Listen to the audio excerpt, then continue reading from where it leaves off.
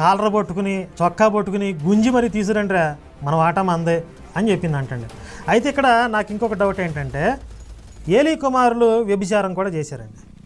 అక్కడే యెహోవా సన్నిధికి వచ్చేటటువంటి స్త్రీలతో వాళ్ళు వ్యభిచారం చేశారు అని కూడా ఉంటుంది. మరి అక్కడ కూడా అరే మీ నాన్న ఒకటి చేతగానోడరా ఒక్కదాన్ని కూడా గోకడం కనీసం మీరన్నా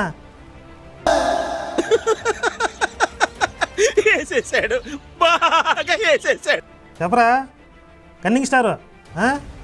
అంటే అసలు ఒకటి కవర్ చేయటానికి ఒకటి ఎత్తుకుంటే అది మళ్ళీ మనకి ఎక్కడ తగులుకునిద్ది అనే స్పృహ ఉండాలి కదా. సరే ఇప్పుడు వాళ్ళు అన్ని దుర్మార్గాలు చేశారు, ఏలీ కొడుకులు దుర్మార్గాలు చేశారు. ఇప్పుడు వాళ్ళు పరలోకంలో ఉంటారు నరకంలో ఉంటారు చెప్పరా. వాళ్ళ తండ్రి చావుకు కూడా కారణమయ్యారు అని చెప్పావు కదా. యెహోవాని ఎరుగని దుర్మార్గులు అయ్యారు అని చెప్పావు కదా.